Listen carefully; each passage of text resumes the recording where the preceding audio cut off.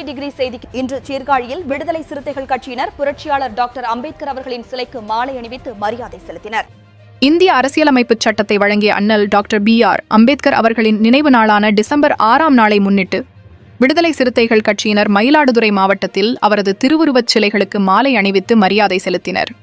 மயிலாடுதுறை வடக்கு மாவட்ட செயலாளர் தாமு இனியவன் தலைமையில் இந்த அஞ்சலி நிகழ்வுகள் நடைபெற்றன. முதலில் காத்திருப்பு ஊராட்சியில் உள்ள அம்பேத்கர் திருவுருவச் சிலைக்கு அஞ்சலி செலுத்தப்பட்டது.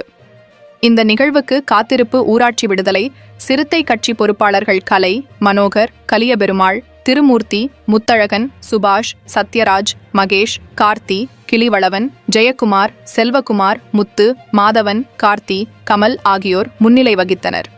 மாவட்ட செயலாளர் தாமு இனியவன், மண்டல துணைச் செயலாளர் காமராஜ், செய்தி தொடர்பாளர் தேவா, ஒன்றிய பொறுப்பாளர்கள் ஆசை தம்பி, உலக கன்னிவண்ணன், வழக்கறிஞர் செந்தில்குமார், சீர்காழி நகரச் செயலாளர் தம்பி, இனிய தமிழன் மற்றும் அனைத்து தோழர்களும் கலந்து கொண்டு அம்பேத்கர் அவர்களின் திருவுருவச் சிலைக்கு மாலை அணிவித்து அஞ்சலி செலுத்தி வீரவணக்கம் முழங்கினர்.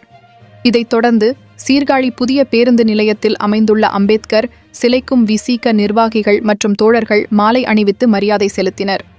சமூக நீதி போராளியான அம்பேத்கரின் சேவைகளை போற்றும் வகையில் இந்த நிகழ்வுகளில் திரளானோர் கலந்து கொண்டனர்.